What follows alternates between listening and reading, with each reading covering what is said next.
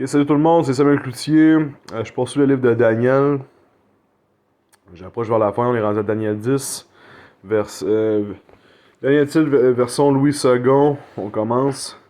La troisième année de Cyrus, roi de Perse, une parole fut révélée à Daniel qu'on nommait Belchazar. Cette parole, qui est véritable, annonce une grande calamité. Il fut attentif à cette parole et il eut l'intelligence de la vision. 2. En ce temps-là, moi, Daniel, je fus 3 semaines dans le deuil. 3. Je ne mangeais aucun mets délicat. Il n'entra ni viande ni vin dans ma bouche, et je ne moignis point jusqu'à ce que les 3 semaines fussent accomplies. Comme j'avais dit à Daniel, il faut qu'il trouve des moyens que là-dessus, comme ici, je ne mangeais aucun mets délicat. Il n'entra ni vin ni vin dans ma bouche. Fait que ça veut dire quoi? Ça l'a tellement. Ça le dégoûte. Puis il est tellement genre. Il est tellement sous l'effet, genre, ça y a tellement fait comme peur, man, c'est cette vision-là qu'il a décidé, hey là, ça m'affecte trop. J'arrête de boire, je mange pas des mets délicats. Fait que. Ça ressemble un peu à ce que j'avais dit à Daniel par rapport à l'alcool, puis toutes les autres choses qui l'empêchent de faire ce qu'il doit faire. En tout cas, du moins qu'il le freine. Ok, 4. Le 24e jour du premier mois, j'étais au bord du grand fleuve qui est Iddekel. Iddekel. 5. Je levais les yeux, je regardais, et voici, il y avait un homme vêtu de lin, ayant sur les reins une ceinture d'or, deux phases. Deux phases, deux phases. 6. Son corps était comme de chrysolite. Son visage brillait comme l'éclair. Ses yeux étaient comme des flammes de feu. Ses bras et ses pieds ressemblaient à de l'airain poli.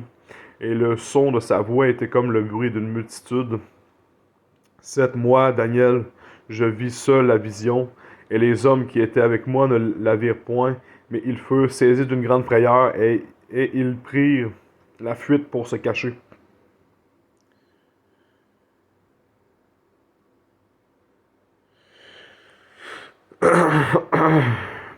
8. Je restais seul et je vis cette grande vision. Les forces me manquèrent, mon visage changea de couleur et fut décomposé, et je perdis toute vigueur. 9. J'attendis le son de ces paroles, et comme j'entendais le son de ces paroles, je tombais frappé d'étourdissement la face contre terre. Je vais juste donner une petite anecdote qui est personnelle, mais qui a l'air intéressante, parce que dans le fond, je restais seul, je vis une grande vision, les forces me manquèrent, mon visage changea de couleur et fut décomposé. J'ai perdu toute vigueur. Ça me rappelle à l'époque, dans mon passé, quand j'étais dans la consommation, ainsi de suite. Les gens me disaient autour de ma famille que j'avais changé de couleur, j'étais rendu vert-blanc.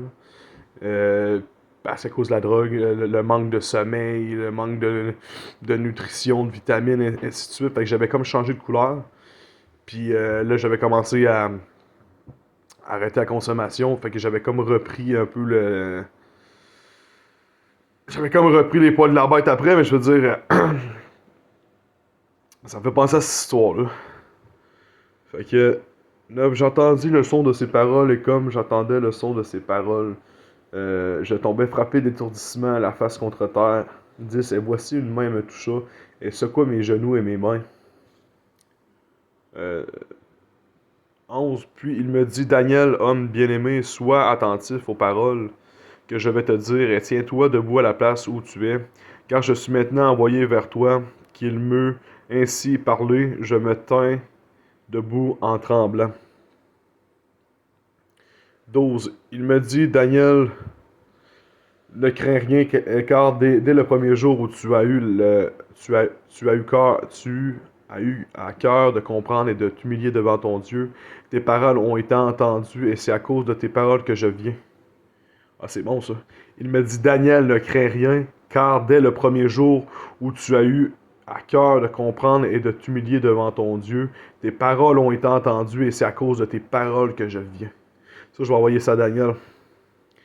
13. Le chef du royaume de Perse m'a résisté 20 et un jours, mais voici Michael, Michael, en tout cas. L'un des principaux chefs est venu à mon secours et je suis demeuré là auprès des rois perses, des rois de Perse. 14. Je viens maintenant pour te faire connaître ce qui doit arriver à ton peuple dans la suite des temps. Car la vision, je viens maintenant pour te faire connaître ce qui doit arriver à ton peuple dans la suite des temps. Car la vision concerne encore ces temps-là. Ah, c'est bon ça, c'est bon, c'est bon. Je sais pourquoi que je lis le livre de Daniel. Ok, 15. Tandis qu'il m'adressait ces paroles, je dirigeais mes regards vers la terre et je regardais le silence. Et 16. Et voici quelqu'un qui avait l'apparence des fils de l'homme. Et voici quelqu'un avait l'apparence des fils de l'homme. Toucha mes lèvres, j'ouvris la bouche, je parlais, et je dis à celui qui se tenait devant moi, mon Seigneur, la vision m'a rempli d'effroi et j'ai perdu toute vigueur. 17. Comment le serviteur de mon Seigneur pourrait-il parler à mon Seigneur? Maintenant les forces me manquent et je n'ai plus de souffle. 18. Alors celui qui avait l'apparence d'un homme me toucha de nouveau et me fortifia. 19. Puis il me dit, ne crains rien, homme bien-aimé, que la paix soit avec toi, courage, courage. Et comme il me parlait, je repris des forces et je dis que mon Seigneur parle, car tu m'as fortifié. 20. Il me dit, sais-tu pourquoi je suis... Ah! Oh my God, attends. Attends, faut que j'en lise ça. Alors, celui qui avait l'apparence d'un homme me toucha de nouveau et me fortifia.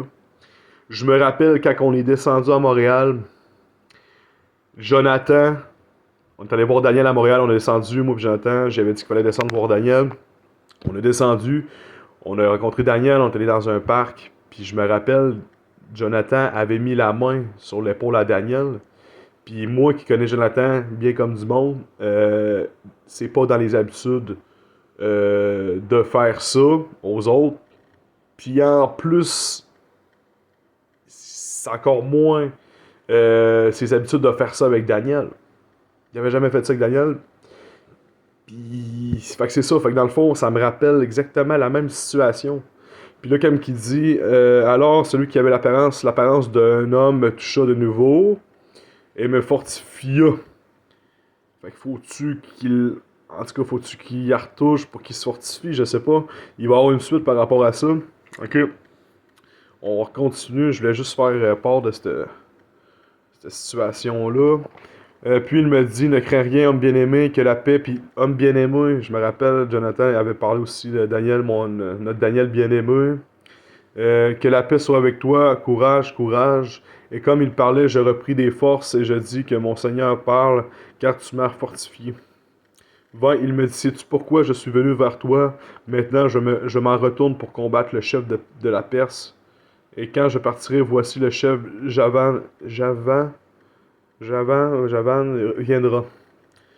Ok, 21, 21, verset final du livre de Daniel, chapitre 10. Mais je veux te faire connaître ce qui est écrit dans le livre de la vérité. Personne ne m'aide contre ceux-là, excepté Michael, votre chef. Michael, en tout cas. Fait qu'on on reprend. Mais je veux te faire connaître ce qui est écrit dans le livre de la vérité. Personne ne m'aide contre ceux-là, excepté Michael. Michael, je pense que c'est ça. Michael, votre chef. Fait qu'on a fini le chapitre complet Daniel 10. J'espère que ça va être utile, au moins utile à Daniel, puis j'espère à toute l'assemblée. Fait que on continue, je vais lire Daniel 11. Que Dieu vous bénisse, amen.